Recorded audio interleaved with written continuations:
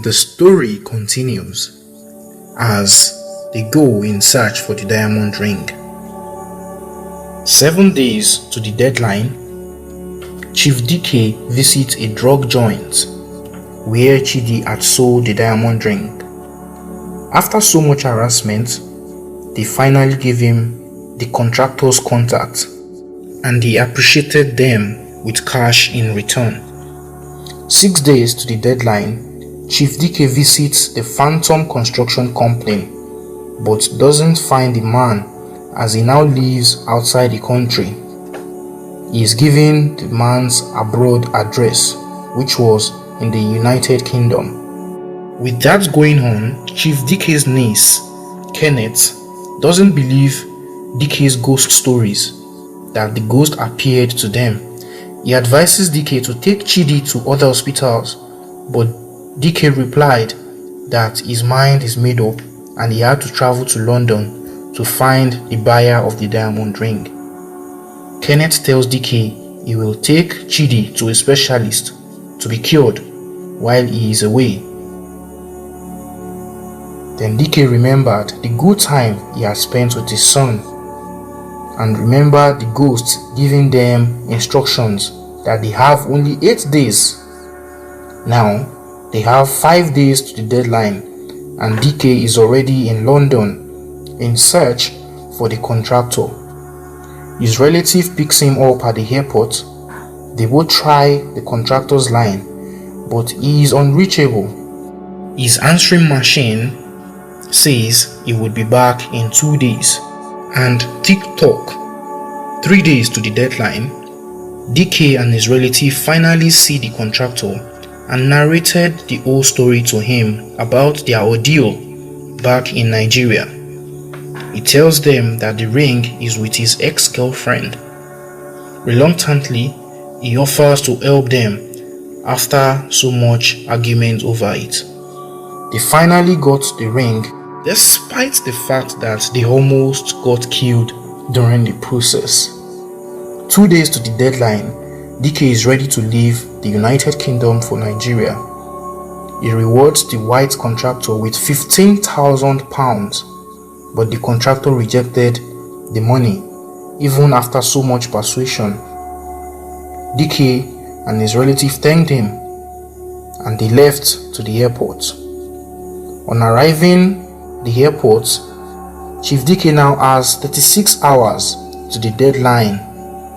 DK is back to Lagos, Nigeria.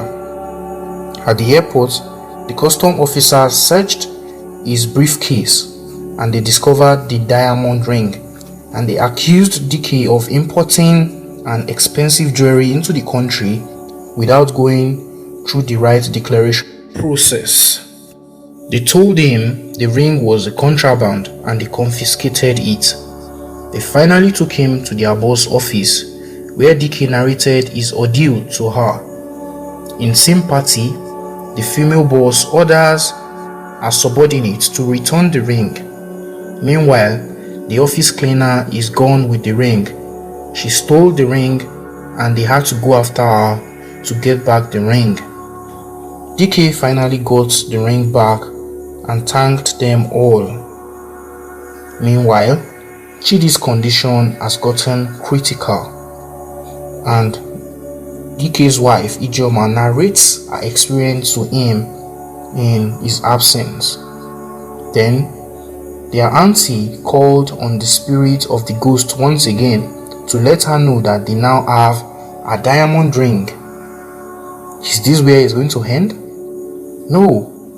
The ghost then further demanded that they retrieved a casket from the corpse lying in it in Ekiti State and return a casket back to her. Chidi's aunt explains to the ghost that Chidi and his late friends did not take the casket, but the ghost replies that she has killed them all. The ghost demands that after getting the casket, they must do a funeral, invite her irresponsible adopted children, and then wear her the ring. She gives them 24 hours after she disappeared, so they had only till 12 midnight of the next day. Now, the family is left confused, uncertain if they will be able to make her requirements in the next 24 hours. DK and aunt had to travel to Ekiti to get the ghost caskets, which some other thieves stole earlier. After much difficulties and challenges, they finally got the casket in Ekiti, and they had to charter a pickup bus to take them back to Lagos.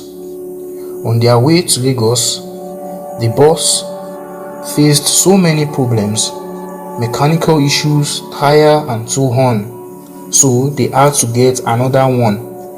Finally, they got to Ikoyi Cemetery in Lagos, Nigeria, where the ghost's body is lying. With some voodoo used by Chidi's aunt, they were able to make the ghost's children take part in the second burial rites. Meanwhile, DK rushes to the house to go get Chidi and Ijoma also to be part of the second burial, but finds out that he has been taken to a different hospital from the family's own. After much difficulties and hassle, DK and their aunt got Chidi and drove down to the cemetery. Meanwhile, Chidi is now in a trance as he sees his dead friends calling on him. It was almost 12 midnight and he was about to join them. But before then, they got to the cemetery and did the ghost's second burial. She appeared to them and scolded her adopted children for not caring to check on her or drop flowers even after her death. She also mentioned to them that is the reason why they were not aware that some people are ring and are coughing. She then scolded Chidi's parents for not creating time to take care of their son, who was just a 15-year-old. All they wanted was just money alone for their son.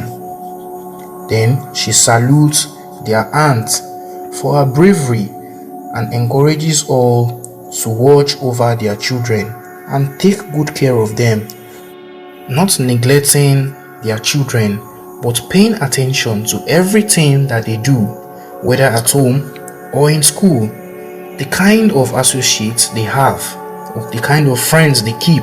Who are they? She urges them to continue to be good parents as she returns back to the sky and disappears into thin air.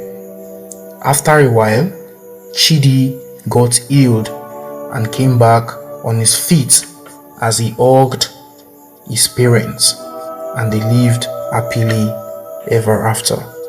For more interesting stories like this, subscribe to this channel and hit the notification bell to get interesting stories right on your mobile devices. Thank you for watching.